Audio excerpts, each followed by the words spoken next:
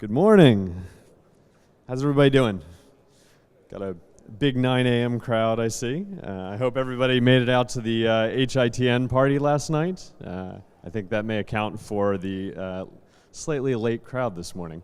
Thank you all for coming to Smart Cities NYC 17. This is day 2. We had a really great day yesterday. Some great keynotes, panels up here. This is Dugal 2 for those of you who are coming in for the first day. Dugal 1 is the main stage over through that black curtain behind us. And I'm just going to give you a couple of housekeeping pieces around the day, a little overview of everything. I'm Eric Verkerke. I'm the co-founder and chief creative officer at Emergence Creative. We're one of the hosts of the event. We've been working on this for about a year and a half now, and so we're really excited to have you all here. Today on Dugal 2, we've got everything from opportunities for cross-sector collaboration, which is one of our first panels, the future of food in cities, participatory government and social capital, 3D printing and new construction, resilience and efficiency and urban innovation, urban data and civic deliberation, safety, technology, and social justice. And then in the evening, we've also got a couple of events we'd love to have you at. Microsoft is going to be demonstrating their patrol car. We also have an event over at Urban X where they're going to be doing a startup competition. So I hope that you can join us there. And we'll be sharing logistical details around all of those with you during the day. There are also a series of workshops and tours going on throughout the day, so please take a chance to check those out. The workshops are at 1776 and Building 92, which are over on the other side of the Navy Yard. We'll have shuttles running there throughout the day. So I hope you all enjoy yourselves. Feel free to get in touch if you have any questions, and enjoy your day. Here we go. Ladies and gentlemen, please welcome your moderator for this morning, Rasmia Kirmani-Frye, Director, Office of Public-Private Partnerships, New York City Housing Authority.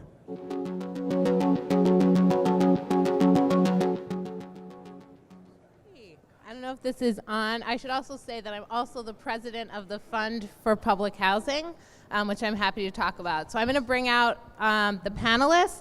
First, we have Brad Hargreaves, founder and CEO of Common. Samantha Magistro, managing director of New Business Bronx Pro. Kevin Quinlan, chief of staff for the mayor of Vancouver. And representing the 79th district in the Bronx, Assemblyman Michael Blake.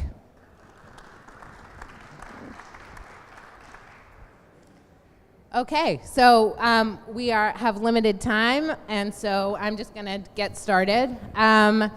This panel is called Who Holds the Key? And it really is a panel about cities and affordable housing and innovation, and so I'm just going to dive in. I was going to read bios, deep bios of our esteemed panelists, but they're on the website and you can read that. So I want to start with question 1, which is kind of using your work as an example. How are you defining affordable housing, and what is kind of the main issue? And the reason that I ask this is because I feel like affordable housing, words like affordable housing, gentrification, these are all terms that are used over and over and over, but with less and less definition and specificity. From a public housing perspective, we are often left out of the affordable housing conversation because public housing is seen as separate. But we know that in New York City, public housing is the most affordable housing in New York City. And to give you just a glimpse in terms of size, for those of you that don't know, the New York City Housing Authority is the largest residential landlord in North America, with 178,000 units of housing, and by itself is larger than the city of Miami, larger than Atlanta, larger than Boston. So, how are you defining affordable, and what does that mean in your work? Anybody can start. Sure. Well, I run Common. We're building community-minded housing, first focused on the needs of people who live with roommates, which, shared housing is 23% of all New York households, and 88% of all households, people 18 to 34 live with roommates. And living with roommates, is not in a public policy world typically looked at as affordable housing, but it is an affordable solution to a lot of people who don't, either don't want to live on their own, or are looking for flexibility, or simply can't afford their own apartment. So we're trying to build a better version of what living with roommates looks like, keeping a lot of the good parts, so the social environment, the community, and removing a lot of the annoyances and the things that cause roommates to fight. So really what we're able to do, and we think about really a chunk of the housing market which is largely underserved by new construction, which are people who make between $50,000 and $120,000 a year. Those are not typically people who are thought of in many affordable housing conversations. I would say it's more like workforce housing would perhaps be a more accurate way to talk about it. But people who are still, if you look at new construction happening in the city, an average new construction studio in Manhattan is north of $3,000 a month, so it's still unaffordable to someone making even $120,000 a year without being rent burdened. So if you can create a product through sharing, through sacrificing some private space for better shared spaces, that just reaches a segment of the market that is currently in this sort of black market of housing, going on to Craigslist, a lot of illegal bedrooms, a lot of unsafe construction. We're trying to do that better. Just kind of thinking about that a little bit more, I want to touch back on what you said about individuals who don't have housing and are sharing in illegal situations. But as a developer of affordable housing, pretty exclusively affordable, we are looking at a more traditional definition of affordability because we need financing to build or preserve properties. So we're looking at area median incomes, and we're looking at cost burden, meaning that folks don't pay more than 30 to 35% of their income towards housing.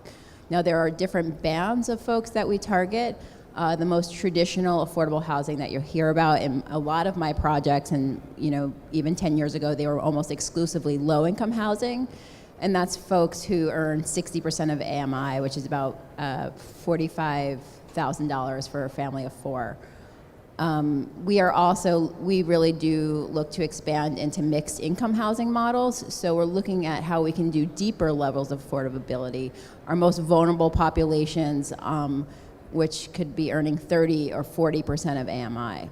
We also are looking, when we do mixed income, mixed use, we also have moderate income units, which target some of the families that you're talking about that are earning 80 to 110% of AMI. And again, we work within the confines of this programs to finance our buildings, and so that does dictate the definition of affordability for us. So in terms of the Vancouver context, which obviously is pretty significantly different than what folks are dealing with in New York in terms of affordability, we, historically it's always been the 30% of income costs going to monthly housing expenses. And historically that was geared primarily, the focus around sort of people on the 20, 30, 40,000 income a year. But in the last particularly 5 years or so, we've seen a rapid increase in year-over-year housing costs and a real plummeting in the vacancy rate, which has meant that the discussion around affordability has really expanded on the income spectrum up to people who historically were not really considered part of the focus of what government intervention needed to be in the housing market.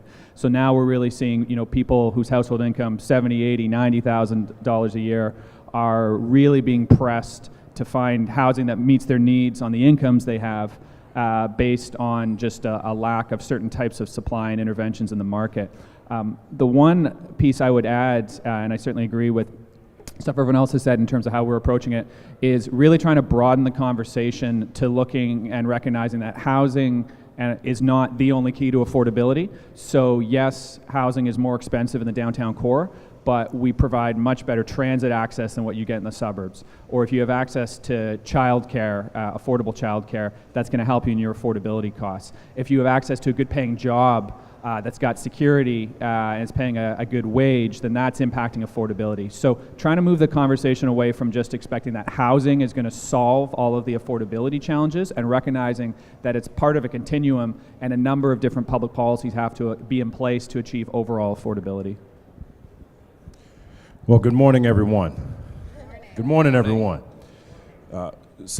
First, great to be on the panel with everyone and to provide quick context. So my name is Michael Blake. I represent the South Bronx. We have the poorest congressional district in the country. My assembly district has the second largest concentration of residents that live in public housing in any in New York City. 21% of our residents live in public housing. We spend a lot of time with our team at NYCHA who have been making a lot of progress in that way. When you think about the question around affordability and affordable housing and gentrification itself, too often we're tossing these terms around interchangeably. We have to be mindful of a few different things. Affordability is in the perception of what's going on for that person. You know, they're not assessing things by a formula. They're not assessing it by a percentage. They're assessing it on, can I pay the bills right now? Can I actually pay the rent? Can I make this happen in my everyday livelihood? And when you think about, there's a study, if you have not seen it, I would encourage you, a report that came out called Pushed Out from the Regional Planning Association. It said the Bronx of 31 counties in this particular area that we're in had the highest likelihood of displacement. That 71% of the census tracts in the Bronx had a likelihood of displacement. Taking it a step further, 56% of those that are in the Bronx were rent burdened. As we know, we talk about that often, 30% of your income. But the deeper and more connected piece of all of this, 36% of our residents in our respective communities were making $25,000 or less. So when we think about affordability, the key piece around this, and let's be clear, when you talk about gentrification, there will be processes that will happen around gentrification. That's going to occur. That happens in all respective areas. What are we doing to raise the wages in these communities? Because the fundamental question around in the report was that in other areas and other boroughs that you had an income growth that was happening of $100,000 in terms of wages. However, in the Bronx, most of the wages were $50,000 or below. Within my particular district, for example, 38.5% of the residents 25 and older don't have a high school diploma. So that has impact on other aspects that are happening there. So I agree in the point that was just made. There's a collective activity around the policies that impact affordable housing. So what are we doing in our manner in the Assembly? We've been able to put in more funding to have an increase in terms of the repairs that are happening around, not just public housing, so you can help reduce the cost. You have to focus on rent regulations because you can't just assume that policies will just change automatically. There has to be that protection that happens there. But the quality of life has that impact. And so to the question in terms of how do we address the affordable housing crisis, fundamentally it's impacted on how we address the broader crisis around equity. How are you improving wages in that manner to make sure it's easier for people to be able to afford the bills in the first place? Thank you. So this leads really well into the second question, which is more about policy. And I will say, the median income of public housing residents, of which there are almost 500,000 in the city, is $23,000 a year. So affordability is a policy issue, and it is not only housing.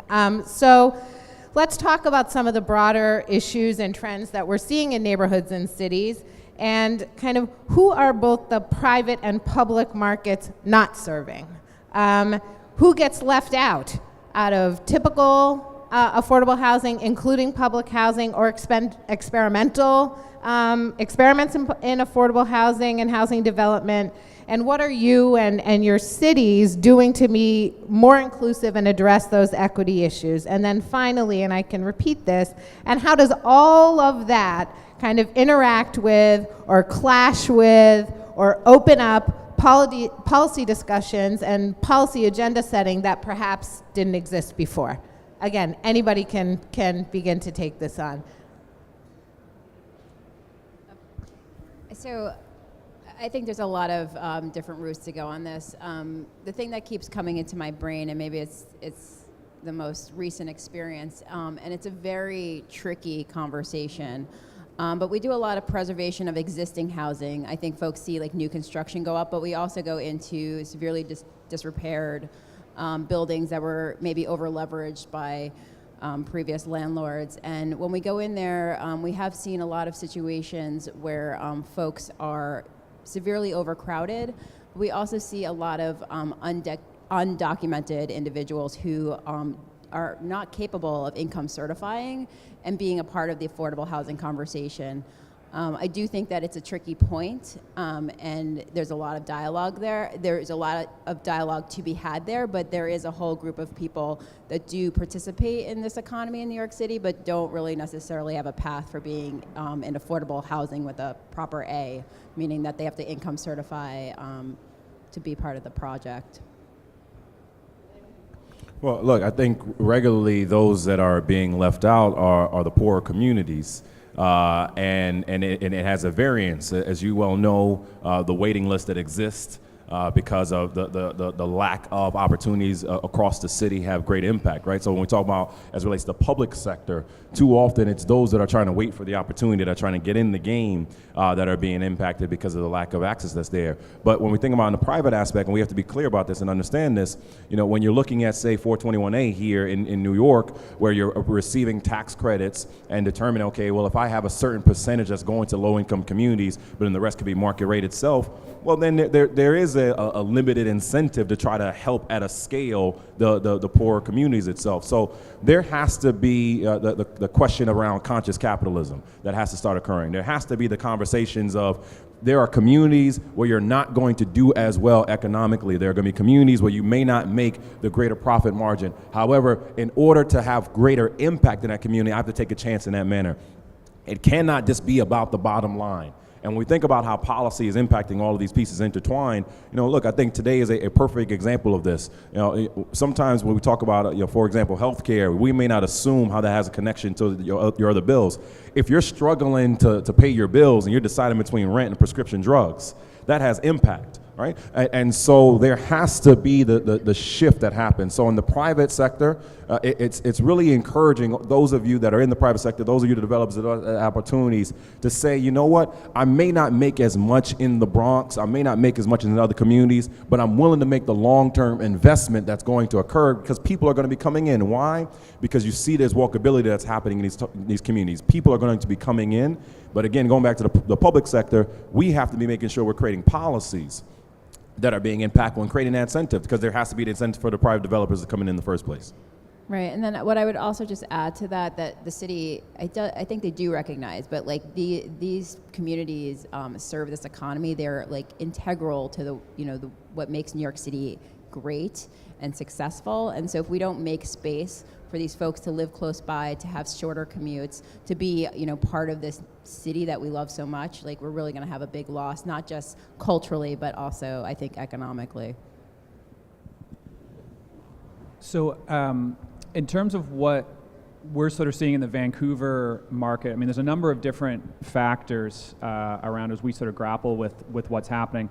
So to sort of set the context, we've got a vacancy rate at about 0.5%, which is among the lowest in the country. It's basically been that for about 2-3 years. At the same time, we have record levels of new housing construction.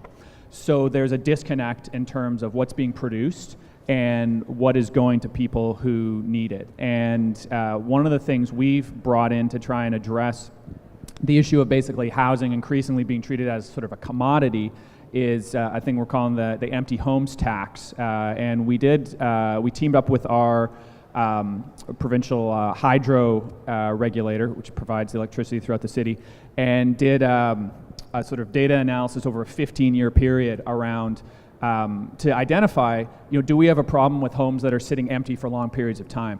Because there'd been a lot of anecdotal feedback for a while, people saying, I go to these new neighborhoods, new shiny towers, and I don't see anybody in there. I don't see any kids, no lights are on at night, what's going on? You guys are building all these new towers, but I can't afford them, and I'm not even seeing people there. And so what we found from the data was that there are an estimated over 10,000 units of housing in the city of Vancouver that are basically empty for 12 months or more of the year. And so that is, and there could be all sorts of reasons for that. 90% of those were condos, so about 10% would be single family. So you put that in the context of very dangerously low vacancy rate, and you've got a total disconnect in terms of what's happening with the market and who needs it. And so what we're really seeing is the people who are left out are, I totally agree with everything else that's been set up here, is really, for us in Vancouver, that what we call the missing middle. That's the new buzzword. Everyone's talking about that, where it's people on it's that workforce housing, it's that $50,000, $60,000, $70,000 household range a year, where the market isn't able to supply it, but the government intervention tends to bring rents and housing costs down below that margin, so because they're not sort of the core need household. And what we really grapple with is the issue of wants versus needs in public policy. A lot of people want housing, but who are the people who really need it, and how can we make sure our interventions really address that? And just as a final point, because we've seen land values spike so quickly, what's happened is we've seen increasing polarization in a lot of new developments. So historically, the way Vancouver developments rezoning would operate is you do a large rezoning. Let's say you got a building of 100 units, and 20% of those, we have an inclusionary zoning policy, so 20% have to be handed over to the city and run by a nonprofit at below market rates. But because land values have gone up so much and the demand is so great, that the units, that 80% of market units that basically helps pay for the rest, are far more expensive now than they were 10, 15 years ago. So we're not getting any more extra low market housing, but the units that are in the rest of the building, which used to be affordable maybe to people who are $80,000, $90,000 a year, are now, you know, 120, 130, 100, like way up. So you get increased polarization there, and there's a real missing middle gap that's not being addressed. And there's a number of things we're doing to address that, but we can probably get to that in a bit on the solution side. Yeah, I mean, just to build on that, and I think you made a really good point, because I was thinking about, you know, in my mind, how do you define who is being left out? And it is really everyone who does not own land. Because I think the question here is, as you incentivize the construction of more housing, whether it's through a program, you know, a deeply flawed program like 421A, or just through direct public subsidies, how do you prevent those programs from simply being a wealth transfer from the government to landowners? Because what happens often is when you're incentivizing the construction of housing, it just drives up the price of land. So that just takes money out of the taxpayers' pockets, out of these public housing funds, and just makes landowners wealthier. And I work with a lot of developers, developers building affordable housing, developers building market rate housing, developers doing something in between. And the biggest problem they face is the cost of land. And the issue is we're now in a little bit of a down cycle in market rate housing in New York City, particularly in you know, this area, outer boroughs. And the people who own land don't necessarily realize that. Land prices are very, very sticky. So you have people who, you know, own a piece of vacant industrial land, say, that are looking at what their neighbor sold for at the peak of the condo bubble when people were thinking about building condos in Bushwick and the South Bronx and wherever. And they're like, well, I want that. That dude got that, so I want that price too. And it freezes the market. And when you layer more and more subsidies on it, and I tend to be a fan of government intervention in housing, but when you layer more subsidies on it, there's a risk that you end up just creating a transfer payment to whoever's owning land. I think San Francisco is really suffering the results of this right now, that they basically are shoveling money into building affordable housing, and what it's doing is just bidding up the price of land. So now 100 units of affordable housing costs something like $1 million a unit just to build. Land plus construction. That is absurd. You're never going to get affordable housing at scale in those type of costs. You're just not. The math doesn't work. Can I just ask a question on the math side? Because it's really interesting to hear that piece. So in Vancouver right now, the city's the biggest landowner. And so our big tool that we use is offering land for affordable housing developments. 10, 15 years ago, if the city offered a piece of land, what that would basically enable is a housing project that's below market. And now it's at the point where we can put in a piece of land at, say, a 60 or 99-year lease, and without any outside equity, the best we can get is at market rate. So I'm just curious, in the New York context, like if you provide a piece of, if the government provided a piece of land to you for free or for long-term lease, like as a starting point, if you were building on it, like what could that get you in terms of rents or affordability? Union or non-union? I was not going to go there, but I think I can go there. You can't. You work for the government. Kind of, right. So what I would say is that even the city has had properties over the years, and we've developed many sites for getting them either for $1 or for an enforcement mortgage or below market pricing, and we still need significant subsidies to get to the lower income tier. To get to low income, we still use low income housing tax credits. Even for $1, it's still a struggle to get the projects financed at the term sheet and the subsidy levels that you see published online. So it's a real struggle. The cost of land is always significant. I agree, if anyone smells a rezoning, landowners are willing to hold their land for a long time. They've been holding it for a long time anyway, so that's always a hard piece of negotiating. But also the cost to build are increasing significantly. Just in my 10-year experience, when I started doing work, it was $160 per square foot non-prevailing wage. Now we're talking about $275. That's a huge jump, and that seems to be the trend. I want to, there was a lot of talk about policy, and I want to explore that a little bit.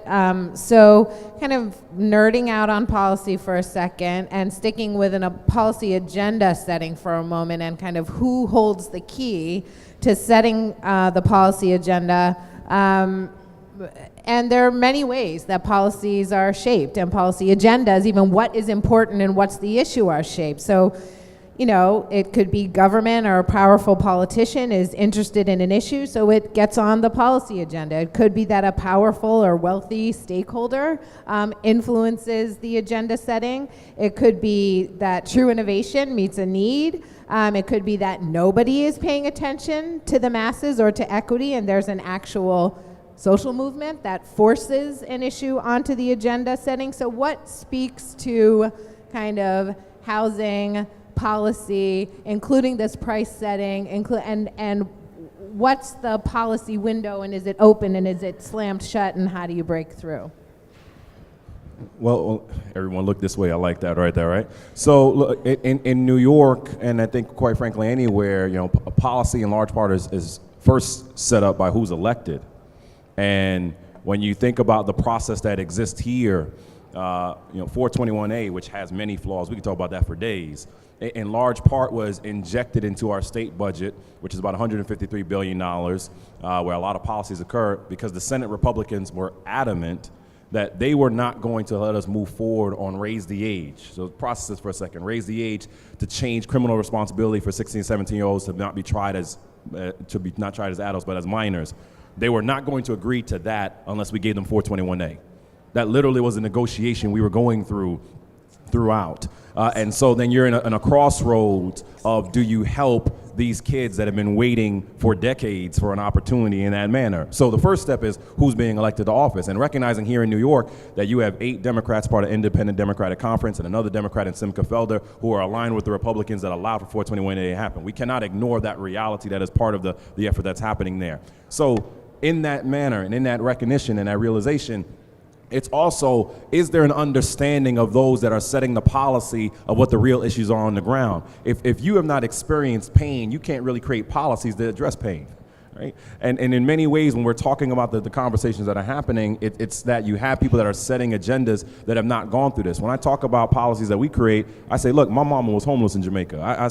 She slept on church pews. We know what it's like to sell dinner on Saturday afternoons to pay our rent. We know what it's like to be at PS 79, which was the school that Jonathan Kozel talked about in Savage Inequalities. These are not theoretical conversations in that way. And so we have to be able to gauge it in that manner. And in large part, there's a powerful narrative that has been pushed by someone named John Hope Bryant, who runs an organization called Operation Hope. And he said, if you really want to help change the agenda in a lot of ways, when people are not focusing, especially when it comes to equity, you can't just have a civil rights conversation. It has to be a civil rights conversation. When are you having the economic impact of the conversation? To say very clearly, if we want to move the needle and talk about creating affordable housing and talk about other aspects in terms of the policy agenda, really talk about the economics that's happening and how does it have benefit on all aspects. And until we are able to break it down in that manner, we're not able to create the policies that we need to. And it's important to recognize that we cannot just have these conversations and talk about what's going on in D.C. at the White House. There's all these races that have impact. The municipal races that are happening this year have impact because when we talk about zoning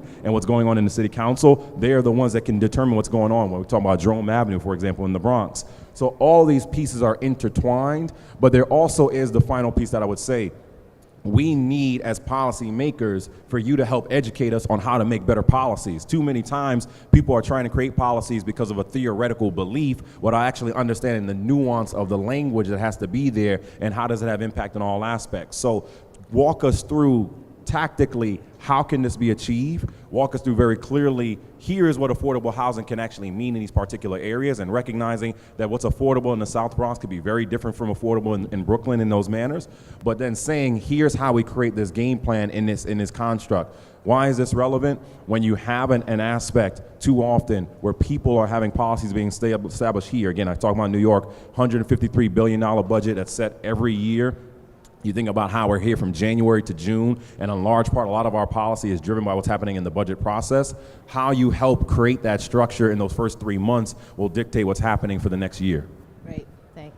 Yeah, I totally agree on that piece. It's easy to think that there's one key person or interest group that's behind the scenes and driving the agenda, and it's all very nefarious and easy and sort of black and white to explain, but it starts with who's being elected. So who's in power, who's making those decisions, and recognizing that even the most mundane city decisions by city councilor have political impacts. And even the ones that have historically been seen as apolitical are political because there are just different people who benefit from different scenarios, and a choice to not do something has impacts, and I think people increasingly are recognizing that. I would say one way that it gets on the agenda, and building on what you said, was recognizing that elected leaders have a ton of issues going on at any moment. So people who step forward with proposals or ideas that are fleshed out and values aligned can have a really big impact on what sort of ideas a government can pursue. And so in Vancouver, there's been a number of groups who have really stepped up to try and address that so-called missing middle. We have a great credit union, Van City, one of the biggest in Canada. We've got some new sort of social purpose investors who focus on development, saying, look, we're interested in raising money and doing mixed income units, and we'll do not just really high and really low, but we'll do a mix across the spectrum. Give us 4 sites of land at 99-year leases, and we can do it for you, and we can raise the capital, we can put it up front, we can take the risk. Having those come forward has really helped us drive our agenda to see where we could do, rather than trying to sort of navigate the fog and trying to find these perfect solutions. When people step forward, that can really advance the housing agenda. We're at the 5-minute mark, so just want to make that known, but please, more comments for this? I guess since I was going to also speak about the government, but maybe it's just more of an input system. Like you have who's elected, and then you have institutional government. There's folks who do, work in the agencies that implement this year after year, whoever may or may not be in office. And so they do have a lot of input in terms of like crafting it, because when someone walks in new, the institutional knowledge does interface and kind of, feeds back. I would also say there's stakeholders also feed into this input that creates our programming in New York City. Developers, both for-profit and non-for-profit, the industry is very collaborative and really tries to be innovative, whether it's greening the city, thinking about broader social impacts. And so there's a lot of interface between the government who lends, but also the stakeholders.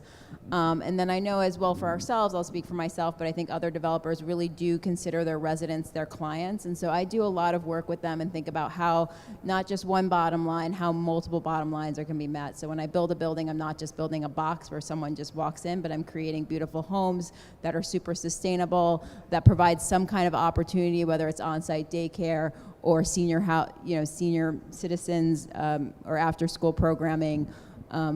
So I think it's a feedback loop of many participants. Yeah, I'll just very briefly add to that and say that I think people overweight the importance of politics on a national level and underweight the importance of politics on a state and local level. And I say that as someone who's very terrified about what's happening in DC right now. But I would really, and you hear a lot of people complaining about like community boards and, think they're full of, dinosaurs and, racist single family homeowners and whatnot. It's like, if you don't love the idea of your community board, like go to your community board meeting and actually get involved at that like very hyper-local level. I think people underweight the importance of local and state politics on actually dominating the issues that affect our daily lives: housing, transit, taxes, etc. So I think that's actually a great point to end on, unless people have other things that they want to say, that in fact housing and affordable housing, one, is not just a disembodied unit that exists either on the ground or in the air, but it's connected, and connectivity to its city, people, families, transit, work, economics, and that as an institution that is quite tied to the federal government. The Housing Authority, I don't know that folks know this, is not in fact a city agency. We are not in the city budget, but everything that we do is local. And I think that in terms of housing and housing affordability, whether it's Vancouver, whether it's New York City, it's how are we learning from each other at a local level to improve and innovate and expand affordability. And I think going back to how we are defining those terms is always important. So I thank the panel. Thank everyone for being here. I've been told that if you have questions for the panelists or you want to reach out, the app for the event has contact information and you can do that. So thank you everybody for being here. Thank you so much to the panelists and enjoy your day.